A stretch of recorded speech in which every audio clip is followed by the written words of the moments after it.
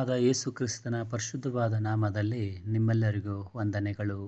ಸತ್ಯವೇದದಲ್ಲಿ ಮತ್ತಾಯ ಬರೆದ ಸುವಾರ್ತೆ 1ನೇ ಅಧ್ಯಾಯದ 25ನೇ ವಚನದಲ್ಲಿ ನಾವು ಹೀಗೆ ಓದುತ್ತೇವೆ.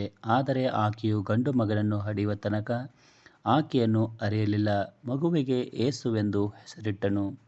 ಮನುಷ್ಯನು ತನ್ನ ಪಾಪದ ಫಲದಿಂದ ಈ ಲೋಕದಲ್ಲಿ ಜೀವಿಸುತ್ತಾ ಮರಣದಿಂದ ಮತ್ತು ನರಕಕ್ಕೆ ಹಾರಿ ಮಾಡಿ ಹೋಗುತ್ತಾ ಇದ್ದನು.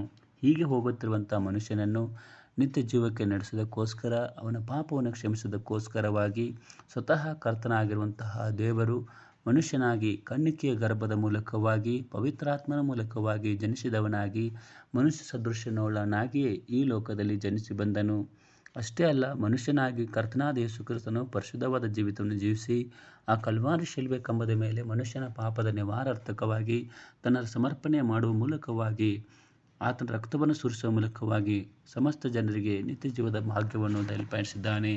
ಹೀಗೆ ದೇವರು ಮನುಷ್ಯನನ್ನು ಪಾಪದಿಂದ ಬಿಡಿಸೋದಕ್ಕೋಸ್ಕರವಾಗಿ ತನ್ನ ಪ್ರಿಯ ಕುಮಾರನಾದಂಥ ಯೇಸು ಕ್ರಿಸ್ತನ ಕಳಿಸಿಕೊಡುವ ಮೂಲಕವಾಗಿ ತನ್ನ ಪ್ರೀತಿಯನ್ನು ಈ ಲೋಕಕ್ಕೆ ಪ್ರಕಟಿಸಿದ್ದಾರೆ. ಯಾರು ಆ ಕರ್ತನಾದ ಯೇಸು ಕ್ರಿಸ್ತನ ಮೇಲೆ ನಂಬಿಕೆ ಇಡುತ್ತಾರೋ ಅವರಿಗೆ ದೇವರು ಅವರ ಪಾಪಗಳನ್ನು ಕ್ಷಮಿಸುತ್ತಾನೆ ಮತ್ತು ಅವರನ್ನು ನೀತಿವಂತರು ಎಂದು ಎನಿಸುತ್ತಾನೆ. ಯಾರ ಪಾಪಗಳನ್ನು ದೇವರು ಕ್ಷಮಿಸಿ ಯಾರನ್ನು ದೇವರು ನೀತಿವಂತರೆಂದು ಎನಿಸುತ್ತಾರೋ ಅವರ ವಿರುದ್ಧವಾಗಿ ಅವರ ವಿರುದ್ಧವಾಗಿ ನ್ಯಾಯ ತೀರ್ಪು ಮಾಡುವವರು ಯಾರು, ಅವರಲ್ಲಿ ತಪ್ಪುಗಳನ್ನು ಪಾಪಗಳನ್ನು ಕಂಡುಹಿಡಿಯುವವರು ಯಾರು ಎಂಬುದಾಗಿ, ದೇವರು ನಮ್ಮ ಕೂಡ ಇದ್ದರೆ ನಮ್ಮನ್ನು ಎದುರಿಸುವವರು ಯಾರು ಎಂಬುದಾಗಿ ನಾವು ವಾಕ್ಯದಲ್ಲಿ ಓದುವಂತೆ, ದೇವರೇ ನಮ್ಮನ್ನು ಕರ್ತನಾದ ಯೇಸು ಕ್ರಿಸ್ತನ ಮೇಲೆ ನಂಬಿಕೆ ಇಡುವ ಮೂಲಕವಾಗಿ ನೀತಿವಂತರು ಎಂದು ಪರಿಗಣಿಸಿರುವಾಗ ನಮ್ಮ ಮೇಲೆ ಯಾರು ತಪ್ಪು ಹೊರಿಸಲಿಕ್ಕೆ ಸಾಧ್ಯವಿದೆ?